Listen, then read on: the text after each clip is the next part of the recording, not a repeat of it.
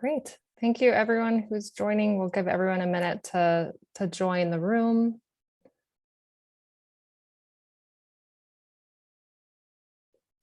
Great. I know some people are still trickling in, but just wanted to start off and say thank you for everyone who is joining today. We know everyone is a busy schedule. I feel like this time in particular is just a really busy time of year. And so we're incredibly grateful for everyone's time and commitment to hear more about these topics. Before we get started, just wanted to do a few logistics. So we'll be recording this session so other people can use it as a resource moving forward. And to start off, we really are eager for people to connect and follow up with people after these meetings. So please go ahead and include your name, your organization, and what you hope to get out of this call in the chat. And to get started, just wanted to do a quick introduction of myself. I'm Meg Benner. I'm the Managing Director of the Learning Agency. And part of our work is to really, and we're excited to really advance the field of learning engineering. There are a lot of definitions for this overall term and the field in general, but at a high level, it's the process and practice of leveraging data-informed decision-making and engineering design methodologies to the field of learning sciences.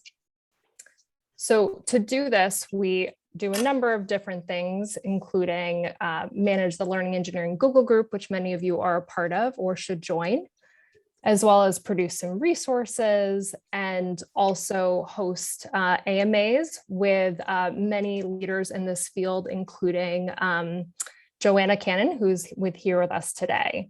So we could not do this without the time of Joanna and the many others who have joined. So a special thanks to her for being here today. Joanna Cannon is a senior program officer of the Walton Family Foundation, overseeing the K-12 education program. And in this conversation, Joanna will talk about the Walton Family Foundation's funding priorities and theories of change. And we'll do this through an informal dialogue to start, and then move into a moderated Q&A. We've already gotten some fantastic questions from many of you who have submitted questions in the registration form. Please go ahead and resubmit those in the chat as we go along, and we'll be collecting those and asking and inviting you to share those questions as we go. So without more introduction, I would love to hand it over to Joanna to share a little bit of background before we dig into some specifics. So Joanna, kind of my first question to you is, a pretty overarching question. How does the Walton Family Foundation envision the future of education, specifically around K-12?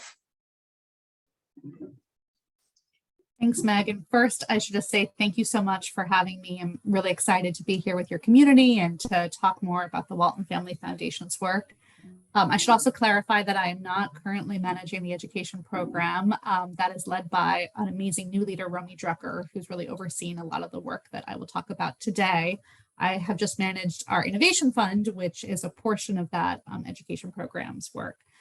And in terms of, I guess, the answer to your question, I feel like I need to go a little bit backwards to go forwards. So Walton Family Foundation has for over 30 years invested in K-12 education. Over that time, there has been some pretty important shifts in our work. Last year, we adopted a new 5-year strategic plan. And as I mentioned, we have a new director, Romy Drucker, who spearheaded a lot of the work that I'll describe today. But as I sort of talk through today some of these changes, I also want to note the continuity that has existed in our work. For the last 30 years, at its core, we've always been very focused on the student and family experience. What are the types of school and learning experiences that parents most want for their students? How do we ensure that parents have easy access to those experiences? And most importantly, what does that mean for parents who come from diverse socioeconomic and racial backgrounds? So those sort of questions have continue to be the focus of our work, and in particular the work of the Education Innovation Fund. But we've also been thinking a lot about how modern science and the realities of this moment in time, in particular with COVID, have impacted those questions and also their solutions. So, one thing that we've been very aware of is technology, and that technology has certainly fundamentally disrupted the education landscape over the last 30 years. COVID also has created new challenges. And in particular, what we're seeing is that that's really impacted what parents are wanting and expecting from their education system. So, for example, last year, research showed there's a 50% increase in parents who switched their child to a different school or learning model. We've also seen numerous data that have shown increasing levels of parent dissatisfaction with the current public school system. And at the same time, there's just been like a staggering rise in new and diverse learning models, whether they're in-person, hybrid, or virtual. So that sort of context has really shaped a lot of how we think about the sort of future of education. Our sort of 20-year vision for the future of education is one where there's a plurality of education models that are increasingly customized to meet the needs of families and individual learners. We're seeing sort of in that future state a greater fragmentation and portability of education learning experiences, and less of a sort of black and white distinction between what is considered in system versus out of system, and what's considered sort of K-12 education versus early learning or post-secondary. That's sort of the sort of future vision that we have, with, most importantly, that sort of core opportunity challenge, that these options are easily accessible for families, and that federal and state policies really provide the necessary funding to support that vision. Great. And, related to that, and would love to kind of drill down on that a little bit more and hear a little bit about the key focus areas within that work and how you kind of think about prioritizing those versus all the other pressing challenges in education. Yeah. Well, first I should say that across all of our focus areas, and I'll talk about the specific ones in a second, we don't do any of this work alone. So our innovation strategy sort of hinges on the idea of working in deep partnership with communities and other funders, coalitions of policymakers, educators, thought leaders, researchers, technical experts. So this sort of notion of collective action really is at the core of our work. And in fact, we have a goal for ourselves in the Innovation Fund at Walton that at least 80% of our innovation funding it should go towards collective action efforts, where we work in partnership with diverse stakeholders to create, new investment mechanisms like funds or grants programs or challenges to really sort of solve some of these most knotty problems in education. So just want to say structurally across all of our work, that's sort of how we approach our investing. And then, to be specific, we have really said to ourselves, if we want to have profound impact, we need to go deep in a small number of focus areas. So, we believe that by focusing sort of tightly on what are now 4 main focus topics, we're going to have greater impact than if we were to have a sort of more broad-ranging, diffuse approach, which, to be frank, was our previous strategy. Our previous strategy was much more open-ended in terms of what our innovation portfolio looked at.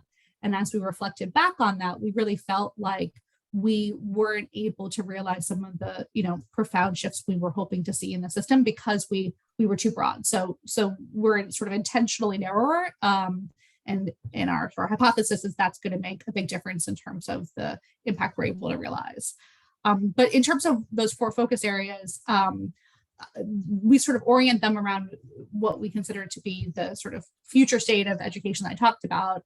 So we have a focus on what we call the future of measurement, the future of school and learning, the future of work, and the future of education R&D. And I can talk about each one of those in a bit, but just to answer your question about why these topics, we really selected them because we saw them as being the greatest barriers to the vision that we and others have for the future of education. So, we have created some space for ourselves to add another focus area or two over the next few years, but the process of establishing what a future area might be would be one where we would engage a wide range of stakeholders in the process of selecting a new area and understanding in particular where like philanthropy can have the greatest impact. And that process can take up to a year, where we would sort of from when we would come up with a potential idea and when we would start investing. So we do try to do that in a pretty intensive way to make sure that we're focusing on an area that makes sense for us to support. There's a lot of great topics out there, but doesn't necessarily always make sense for Walton, given our particular sort of skills or what the field is needing at a given moment. And so, yeah, I'm happy to sort of say a little bit more about each area. In terms of the future of measurement here, we're really focused on improving sort of current measures of student success, both formative and summative assessments, as well as creating new measures, academic and non-academic, with the primary goal of making these measures most useful and actionable for families and educators. And then our second area, future of school and learning, there we're really focused on creating and increasing access to new school and learning models, with an emphasis on those that can achieve really breakthrough outcomes for students and that are really responsive to the demands we're seeing from students and families. And I would say this is an interesting portfolio because if you look back at our work in this area like 5 years ago, it was really very focused on the creation of new school models. Like the whole school model was really where we were centering a lot of our energy. And now we're seeing a sort of wide range of diversity in terms of what we're looking at, everything from new school models to pods, supplemental and hybrid learning experiences. And in large part, that's due to the fact that we're just seeing increasing demand from families for that diversity of options.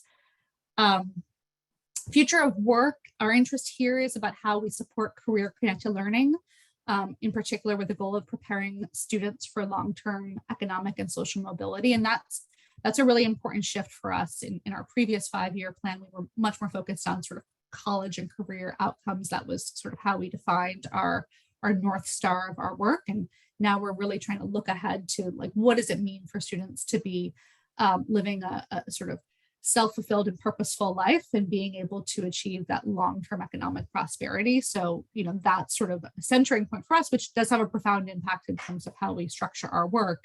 In particular, in that focus area, I would say what's important is a lot of that work we do in close partnership with communities, and really working to build these sort of cross-functional partnerships of business, K-12 education, higher ed, sort of all working together to design policies, programs, and infrastructure to improve those long-term outcomes of students. And then finally, I'll just say future of education R&D. Here we're focused on just the systems and structures that exist in education to support the creation of new solutions and also their adoption. So here we look at things like data infrastructure to conduct research and new models for research partnerships that are able to really foster R&D in a very collaborative way. In short, here we're just focused on how can we make it easier, faster, cheaper to do high quality education R&D. Great. That's super helpful and a lot to take in for sure. So to focus on one of the areas first, I think obviously there's a lot of connections across all of them, but certainly I think greater, more effective R&D in particular can really underpin innovation in any of the focus areas. So we'd love to kind of better understand what structural shifts you see and the foundation sees in being able to improve education R&D overall. Yeah, that's true. It does sort of undergird all of the areas that we talked about. In fact, last year we did an analysis where we were trying to better understand this issue of like, what are the systemic barriers to innovation in education? And the orientation we established from that analysis was that, like other sectors, K-12 education functions within, really a market context, which is influenced by both sort of demand side factors and supply side factors. And what we saw in education was that many innovations were not thriving because of like fundamental dysfunctions in the education market. So I feel like I'm going to preach to the choir with this audience for a little bit, but ultimately, you know, we saw sort of 4 core dysfunctions in the education R&D market. One was what we call sort of disconnected end users. So, you know, currently we see our education market is largely rewarded for being responsive to customers, you know, those who are in purchasing positions, not end users. And that means that the needs of students and parents and teachers really just aren't being considered enough in both, you know, how purchasing decisions are made, as well as how innovations are being constructed on the supply side. And ultimately that means that when new solutions are created, they're neither not meeting end users' demand, or they haven't really been able to be launched in a way that can be fully scaled and implemented. The second barrier we see is just barriers to entry. So there's just really high upfront costs and long procurement timelines that inhibit the ability for new vendors to enter the marketplace. And when new entrants do manage to enter the market, they oftentimes lack the capacity to scale, which then leads to like mergers and acquisitions by large vendors as their exit strategy. So it's just this sort of, you know, vicious cycle that you get into in terms of that sort of vendor landscape. The third thing I would say is there's just, you know, wide variability in quality. And that means that what's happening is that vendors are frequently not being held accountable for consistent, higher quality, more equitable resources. So creating new solutions is often just too costly and risky for vendors to undertake without like stronger demand signals for those standards. And that means that, you know, when we're seeing products sort of scale, those existing resources, like vendors are sort of incentivized to scale existing resources at the margins, and rather than take on like large scale innovation. The last thing I'll note is we're seeing sort of from a buyer's perspective, just lack of information, lack of capacity, lack of, you know, strong incentives to innovate. Those, you know, with sort of purchasing authority, which is usually like states and districts in education, they just lack reliable information about sort of what's available in the market. They lack staffing and leadership capacity. They lack political coverage, which then can just lead to like very variable signals from the market in terms of what's wanted and needed. So to answer your question of what structure shifts we think will help improve education R&D, we think it's those barriers that really need to be tackled. So just from a perspective of what that means for Walton, you know, again, like 5 years ago, I would say most of our investing when we thought about things like future of school and learning or assessment, a lot of that was just in the supply side. Historically, we were, you know, focused on creating new solutions, tools, products, school models. And while we still do that, we're just now as equally focused on how can we increase the capacity of school systems to effectively implement innovations and demand them. You know, how can we more authentically engage families and educators to be responsive to their needs? And how can we improve research and sort of quality standards to increase evidence-based decisions, both the supply and demand sides? And finally, I'll say we also have a parallel advocacy and communication strategy because we really do believe that it's necessary to improve the federal and state policy landscapes and increase sort of the quality of data and information available to policymakers as well. Great. So, I mean, you talked a lot about the market around what you're looking to do around R&D. And I think obviously measurement and assessment plays into a lot of that as well. So, you know, feel free to take this question as you will, but kind of building on what you're trying to do in R&D and the kind of the R&D work overall, what are the biggest opportunities in assessment and measurement you see over the 5 years, kind of recognizing all of those context pieces that you've already laid out? Yeah, there are many, so I will focus on just 3. The first is, you know, I don't know how much this one's going to be surprising to those on this call, but we're seeing significant demand for just a wider orientation to how we define student success. And really so that families and educators can have a much more holistic view of the sort of unique potential of their students. So this includes measures and assessments that demonstrate, how students are doing now, but also whether they're on a path for long-term economic and social mobility. I think that's really the question that a lot of, educators and families want to know. And we just lack a lot of information and measures that allow us to answer the question. And it's a big question. It's a really complicated one. I'm not implying that that's a straightforward answer, but that's what's needed in being asked for. We also need new tools and instruments that can not just represent these attributes, but share them with educators and families from all demographic groups in ways that they can make sense of and that they can use to make decisions. When we think about solutions there, it's not just the creation of the measures, but in creating them, thinking about how they're going to be used to have the greatest impact. The second thing I'll say is, we continue to need tools and advances to make it easier, faster, and cheaper to administer assessments. I think the latest statistic I saw was that student assessments are a multi-billion-dollar annual industry.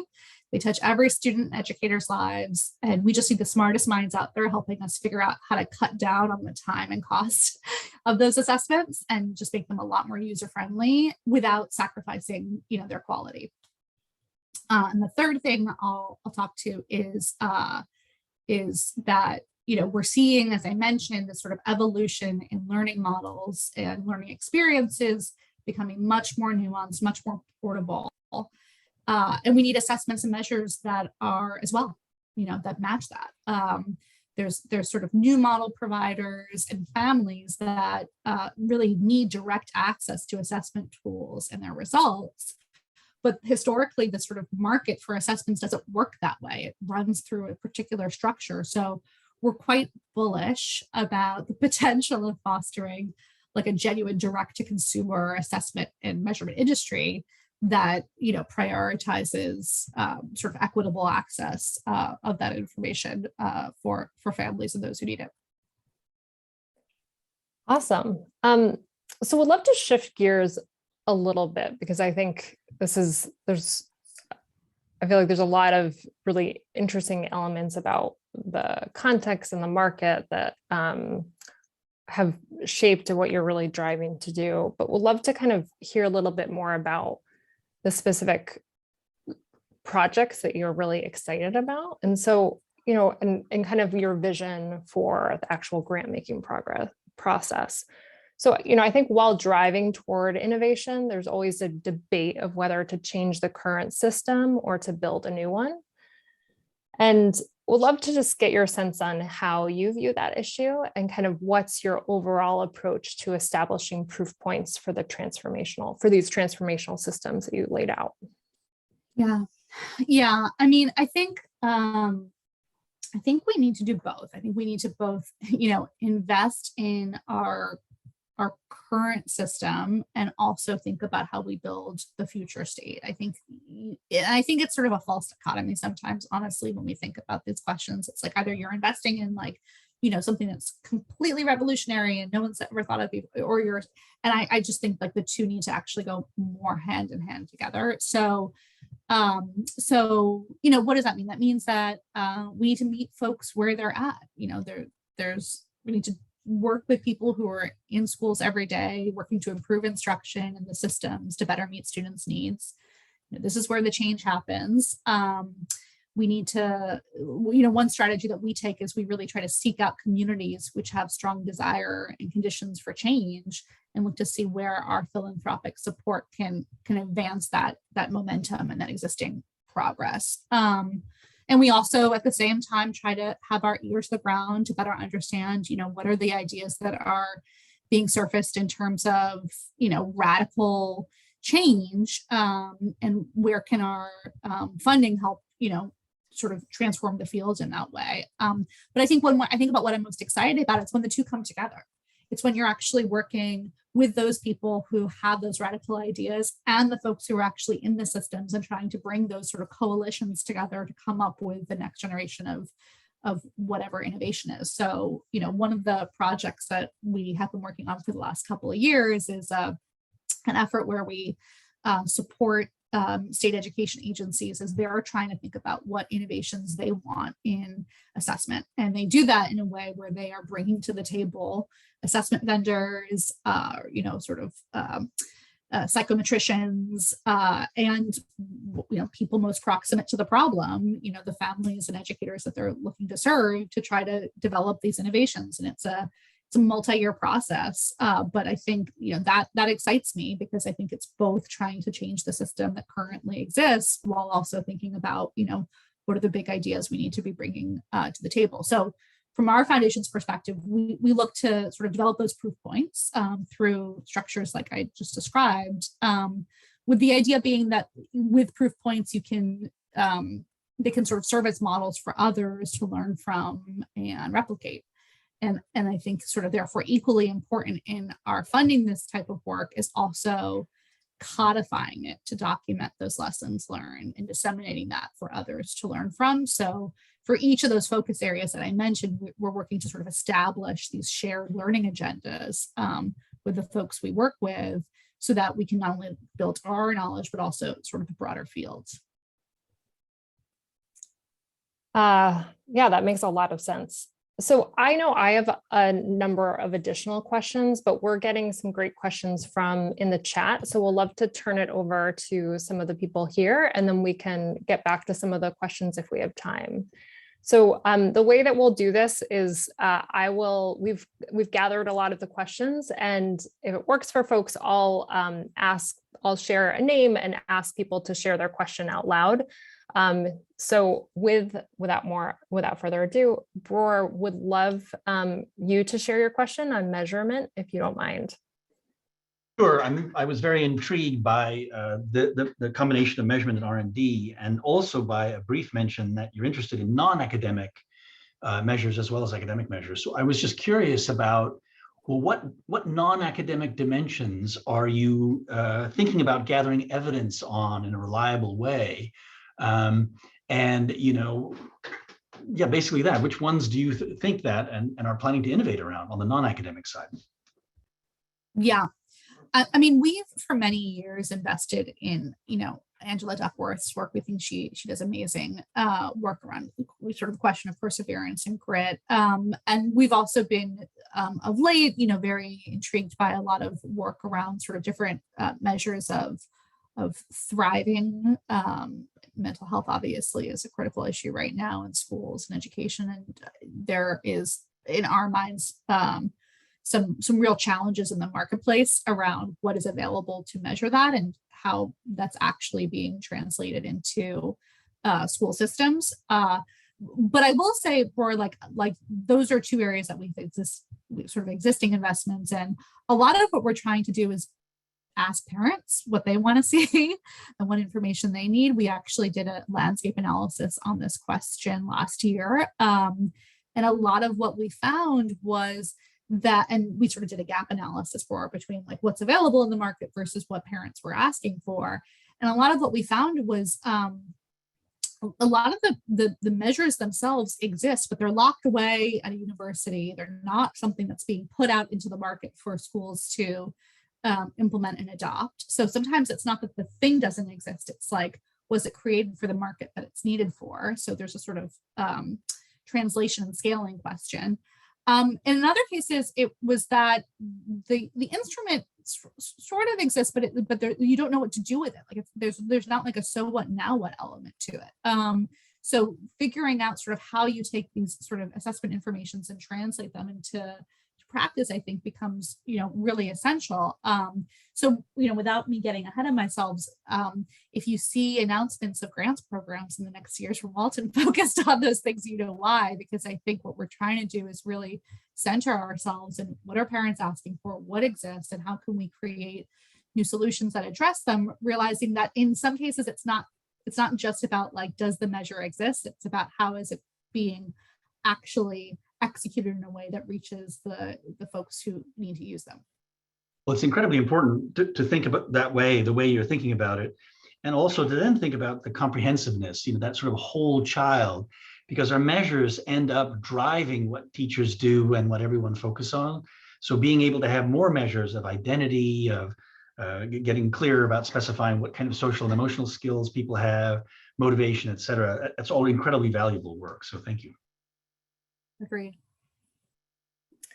Great. So there was another question that came in RSVPs from Joey Lee. And Joey, would love for you to share a little bit. I think this kind of was a piggyback off a lot of the questions that we were asking a kind of across focus areas about really what shines. Joey, would you mind sharing your question? Sure. Yeah. Thanks for the opportunity. My question is what's around common themes. So what common themes have emerged as you look back to successful K-12 investments in the area of innovation assessment? And then kind of to dovetail off that, what indicators do you use now to identify promising organizations embedded in this work that you choose to invest in? Yeah, so one thing that I will just note is that, and I sort of mentioned it like briefly in passing, but it's a really important point, which is we found in our previous work that we were spending a lot of time sourcing different investment opportunities, trying to sort of ask around to both the usual suspects that we had known in our circles, as well as others in terms of, what's out there, what's exciting. And we thought we were doing it wrong. Like, we thought that actually part of the challenge here was that we were positioning ourselves in the seat of decision maker.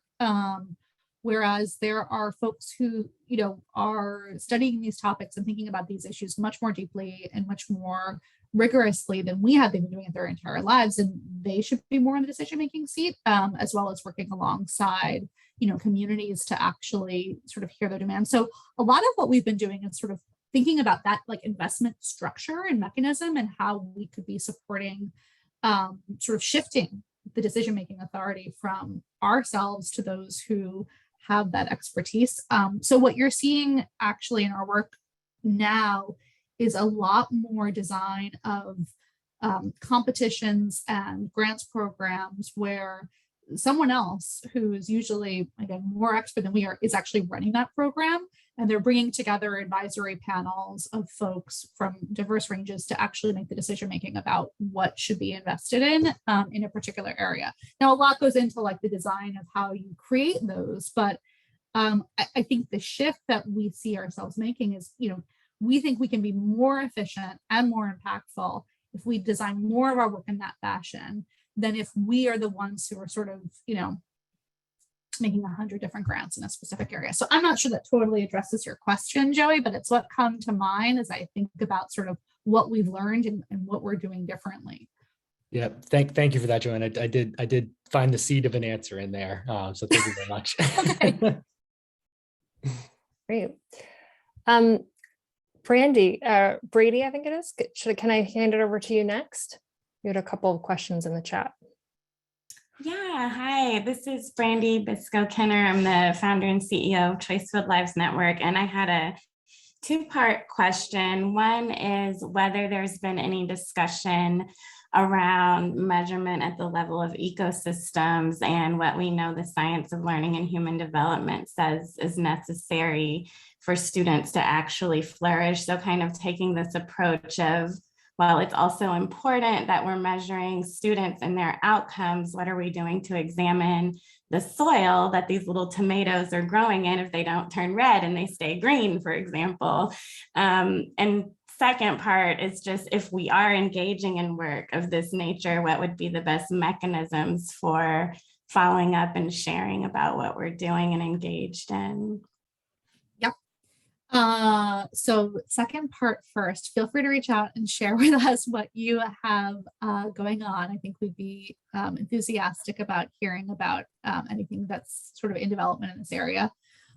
We've actually been sort of thinking a lot about this question and whether this is an area that makes sense for us to do more work in. So one sort of structural thing that we do is when we're sort of exploring a new area within one of our focus areas, we sort of try to engage in what we call discovery work, where we're just learning a lot about who's doing what and what folks see as the greatest sort of gaps and needs. So we are actually in discovery on this question. Yeah, we haven't historically like focused a set of work in this area.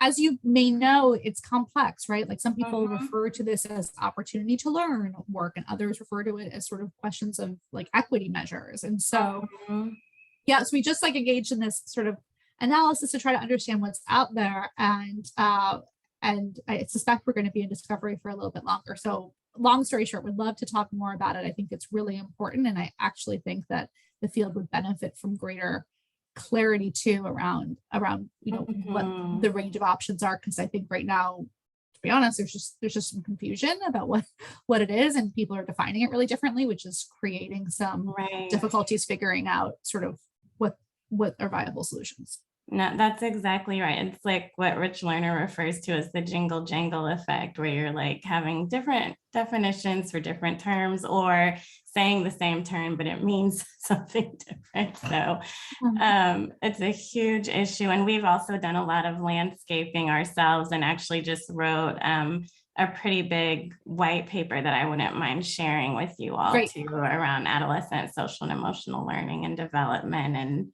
put forth some suggestions. So it's all kind of related to our measurement work. So I'd love to share. Please do. Thank you. These are great questions. We have a lot more coming in, so please keep them coming. Milton, can I hand it over to you to share your question? Yes, thank you very much. I'd like to hear more about the future of work focal area. We're doing a lot of work in mentoring and lifelong learning and STEM outreach. And I'd like to understand more about that initiative, and if there's areas that could accept white papers of ideas there. Yeah. So, the future of work efforts that we engage in have a few different components to it, and I could probably do an entire hour just on that area of work. It's so important, and it's something that I will note we do work in sort of deep partnership with a number of other funders on these questions. So two different facets. One is, as I mentioned, we have been really trying to prioritize working in a subset of geographies where there is sort of community momentum around questions of what does it mean for students to be ready for careers, and how do we design sort of an integrated experience with K-12 education. And actually not my dog, and I thought it was. It's amazing that my dog has not interrupted us yet, so fingers crossed. But yeah, like we are working very deeply in communities on these questions of sort of what it means to have career connected learning models. How do you create supports? Everything from, as you can imagine, and I imagine you do, questions of guidance systems that are needed, the underlying data systems that are needed to connect this information so you can actually support continuously, students' trajectories and experiences. And a lot of that work is done, through the community. So we invest sort of in these community organizations who are then sort of sub-granting and leading the charge. That's one facet of our work. There's a second facet where we have supported individual entrepreneurs who are looking to support sort of career-connected learning models and associated tools and supports alongside that. It's called the Catalyze Challenge. I can put the link into the chat. We have a couple of programs like this, but this is sort of one that is currently at a critical component in its work. And so that may be an interesting fit depending on what you're working on. Sorry, I'm just trying to add this to the chat. Oh, thank you, Christine. And then, oh, great. I'm seeing the chat going. I'm getting distracted by it. Brandy just shared that she won the Catalyze Challenge last year. And then the third thing I'll say is, some of this is sort of, as you know, about sort of research infrastructure that's needed to better understand the trajectories of students long-term. What kind of data systems do we need to support that? So we have a sort of third kind of part of our R&D infrastructure building effort to be able to make it possible to make these connections between K-12 and work. And I think that's actually, you raise a sort of separate issue, which Meg, maybe I can tackle if you don't mind here too, which is if you have ideas and, funding opportunities, how do we reach out or potentially share them? So I'll just sort of say this, which is like many foundations, Walton is invitation only, and we don't, traditionally accept unsolicited applications. That is for a few reasons, not least of which for our innovation fund. As I mentioned, like we design most of our funding through more like targeted grants programs and these other sort of invest mechanisms so that many organizations can apply for those programs versus us funding individual organizations directly.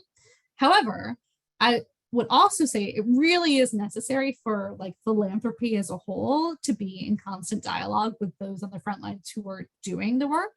So just strictly speaking for myself, I really welcome the opportunity to talk to organizations about their work. I think that philanthropy needs to understand what the challenges and opportunities are that folks are seeing. And while I realize that that's less of a direct connection to funding, it is through those types of conversations that we often come up with the ideas for like a new grants program or a new challenge or a new structure that needs to be created. So, and then we in turn work to share those types of funding opportunities widely and really try to get more new and diverse applicants. In fact, a recent statistic is last year, which was sort of the first official year of our new strategy, we invested almost $100 million in organizations that we had never invested in before as part of the Innovation Fund. So that really is a goal, to bring new people to the table. And I will just put in a plug for the Learning Agency too. I think one answer to the question of how we can, get more connection to philanthropy is when we have new programs or new grants programs, we reach out to the Learning Agency and say, can you distribute it to your network? So continuing to stay engaged in networks like these is a really great way of learning about some of those opportunities. So sorry, I added Milton onto your question in an unsolicited way. I apologize. No, we appreciate all of it. Thank you. Joanna, we, in a similar kind of staying on the same topic, we've been getting a couple of questions in the chat just about how applying or submitting proposals that address that are across the different focus areas. So Joel, can I hand it over to you to share your question, which I think is aligned with many of the other questions that were coming in? Sure. Hi, Joanna.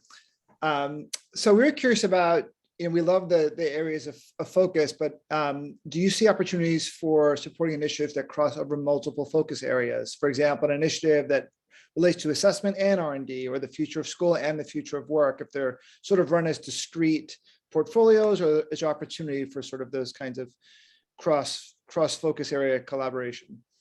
Yeah, this is a great question. I think when we originally conceived of these focus areas, Joel, we saw them as more discrete than they ended up being. Well, with the exception of the R&D work, which we always knew, as Meg sort of said, would run, alongside the entirety of the work. I think we didn't necessarily anticipate how much overlap there would be. And now that we're doing the work for the year, it's like obvious that they are very complementary. And so we are seeing much more of that integration and in some cases we're now like designing that into the work that we're doing. So we are sort of doing joint grants programs that sort of blend across these different areas. In fact, the landscape analysis that I mentioned that we did, trying to understand more about what measures parents want to see, yes, was about future of measurement, but was also really about future of school and learning. Like, what do we need to build? So all to say that synergy across is very much the case, and therefore, as we are seeking different opportunities, we are seeing more of that blending. Great. Wanted to kind of go back to a question that came in earlier, but I think it's a good transition and kind of builds off of a lot of this conversation. Josh, do you want to share your question about kind of how investments can kind of do both of what Joanna was talking a little bit about in terms of the path for innovation? Sure. Yeah. Thanks for the time. I was just thinking about that, you mentioned the sort of the false dichotomy, which I kind of agree with, but isn't always the most popular thing to say, that it's a false dichotomy. So I appreciate you speaking to that. And are there opportunities where you see that we can not only improve and in some ways reimagine the current system and move towards a new, potentially a new system that is healthy and equitable at the same time? And where do you see those opportunities for investment? Yeah. You know, one thing that we try to do is a lot of, you know, I'm trying to think, I'm thinking of something specific and trying to, well, I'll just tell you what the specific thing is. So last year we worked with the organization TNTP and SERPI to launch, was it last year? It was fall of 2020. Like it was, you know, really sort of in the heart of the pandemic. And what we were really focused on there was a sort of momentum that we were seeing among districts to address the demand that was coming out from the sort of learning pod orientation that a lot of parents were asking for, but districts sort of trying to figure out what's the role for me to play in that type of demand that we're seeing. You know, what kind of structures can we be creating to support students who maybe physically can't come to school because schools may be closed for COVID reasons, but they need a place to go and they need sort of supports, and what are innovative ways that we can be addressing that, perhaps working alongside our communities. So this sort of idea of like learning hubs was coming up a lot, and we were seeing it and we wanted to be responsive to it. And so with TNTP and SERPI, we launched this grants program for districts where they were sort of saying, you know, putting out there like, here's my idea for what I want to do.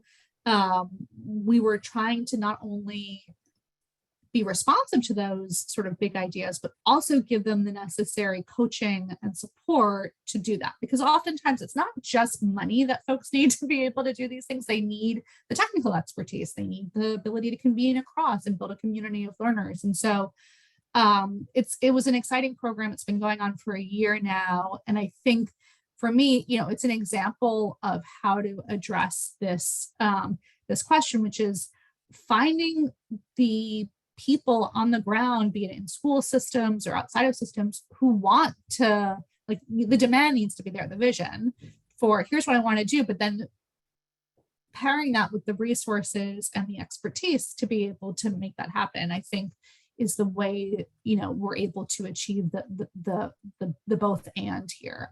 And I don't know if that fully gets at your question. It's just sort of one concrete example of how we tried to sort of achieve both objectives. That's great. Thank you. That did answer it. Appreciate it. Well, and I'll say too, like, I think we apply that to many different situations. So one thing that we've been doing lately is just exploring different states and districts for where there's sort of potentially innovative policies on the books, but people aren't fully taking advantage of those policies. And why is that the case? Is it because there's a lack of know-how? Is it because like the information exchange isn't there? Is it because the policy's there but the resources? So like that type of, all right, the conditions seem right, but like what could be the accelerant to make change happen is, I think, a big part of how we approach this question too. Great. Wanted to kind of hand it over to Monica, who asked a question privately about equity. Monica, do you want to share? Monica, I think you're on mute. I actually don't think I asked that. Did I ask that? I don't think I did. Was it somebody else? I think you asked it in the RSVP. Oh, I did. Thank you. Oh, thank you. Do you want me, would you like me to read it and you can elaborate? That would be great. I can do that. Refresh your memory. Yes. You had asked a question about what types of equity-focused research in education K-12 programs does Walton generally support? And I think equity is, I think, you know, a key thing that has come up throughout this conversation. So I thought it would be great to talk a bit more specifically. Monica, is there anything else you would like to add to that? Well, in context, we do a lot of work in K-12, researching K-12 CS education. And we look specifically for participation, access across for all learners, basically, as well as their experiences learning computer science. Got it. So I would say that, and I didn't really spend a lot of time today talking about this because it technically sits under another area of the education program, but I'm happy to now have an opportunity to talk about it. We have a parallel research strategy and fund where we fund, original research in areas that are aligned with our education program's priorities. And I think this addresses, many elements of different topics that have come up today, that oftentimes what is needed is, new strong research that's addressing, these sort of fundamental questions about, what works, when does it work, under what conditions does it work, Monica, right? Like oftentimes I think we talk too universally about some of these challenges, but then when you actually examine the underlying questions, it's like, you really do need to explore the how and the when. And I think this question of equity runs throughout all of our work, that oftentimes we need to be examining how these sort of dynamics play out for different, populations of families, different populations of students. So all to say, we do have a sort of dedicated research strand of work. Happy offline to talk more about sort of what we invest in there. It has some similar structures to the innovation work, but it is a little bit different. And I will also say that what I'm seeing across both our innovation work and our research work is that the question you posed of sort of access for different populations and the degree to which these conditions run across and are similar for all sorts of different families and students is a question that is sort of now always being asked in all of our work. It's just, there isn't a study where like that isn't sort of the sort of conditional question that comes up. So I think it's really important, and I'm just so glad you mentioned it and gave me an opportunity to talk about our research work. Great. We're nearing the end of the hour, but we have time for a couple more questions. Throughout the chat, we've been getting a few questions about kind of the future of the teaching workforce and kind of innovations around the teaching profession. So Janet, would you like to share your question specifically, but would love for you, Joanna, to kind of talk a little bit more broadly about that as well. Sure. It seems like COVID certainly has brought this way into the forefront. Something that probably was sitting on the edges for quite a while, the teaching profession, whether it's getting the credentials needed and whether those credentials are really the most helpful credentials to enter the profession, what kind of mentoring goes on, that just the whole career progression for teachers just seems like this could be a very ripe time to sort of innovate in this area. Granted, there are many sort of legal and policy issues and systems issues that are preventing it perhaps at the state and federal level, but just would love to know if it's an area that you're investigating. Yeah.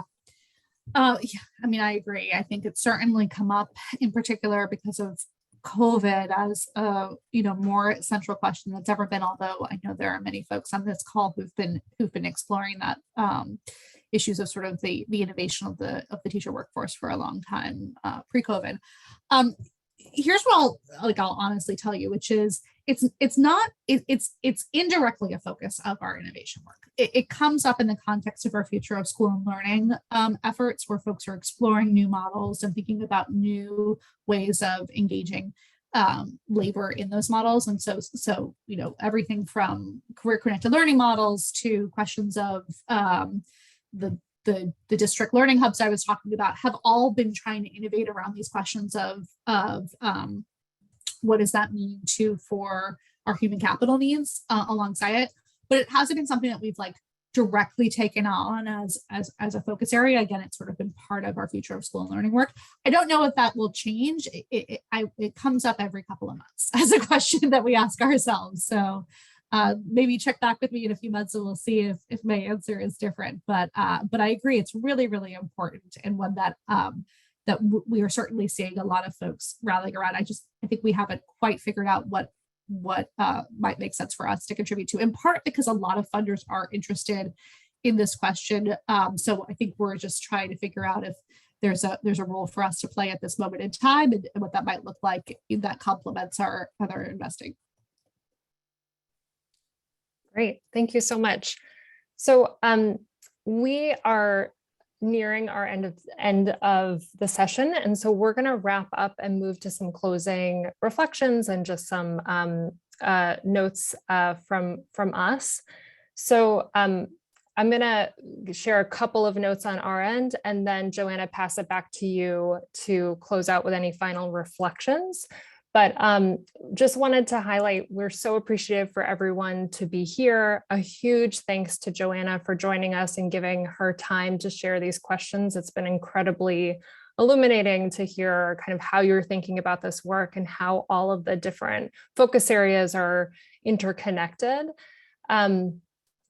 Many thanks to everyone who joined. As mentioned, we have a number of opportunities to further engage with the people in this call, as well as others in the field. We have an upcoming informal networking event coming up next week, which will drop the information in the chat, as well as in the next couple weeks, the Learning Agency, with the help of a number of other organizations, is launching a Data Science for Everyone commitments campaign, and we are eager for anyone to join and kind of hear more about this work.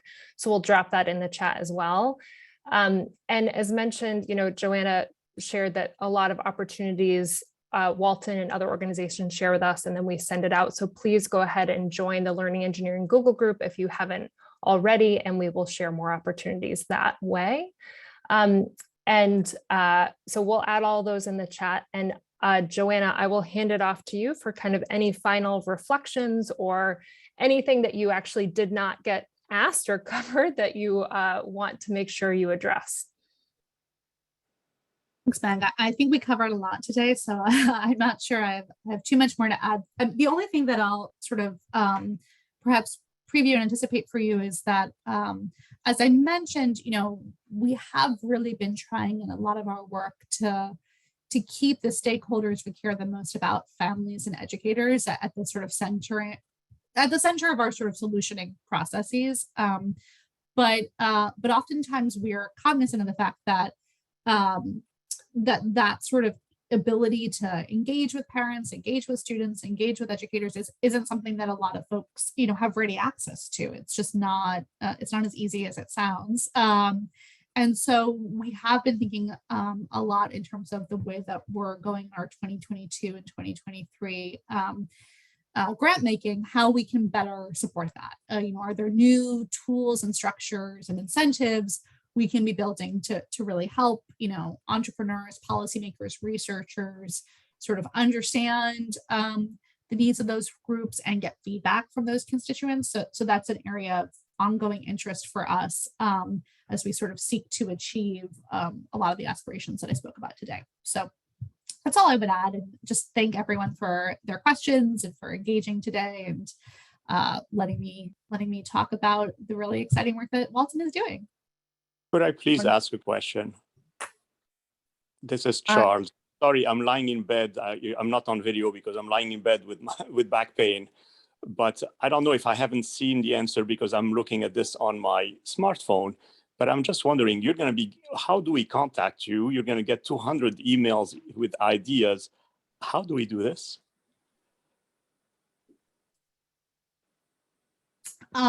Well, Meg, I can certainly coordinate with you on the answer to that question if you guys have come up with an efficient way of coordination in the past. That's great. Yeah. So I think any questions that did not get answered, please feel free to email me. I'll drop my name and email in the chat, and then we can kind of figure out the best way to get back to your questions.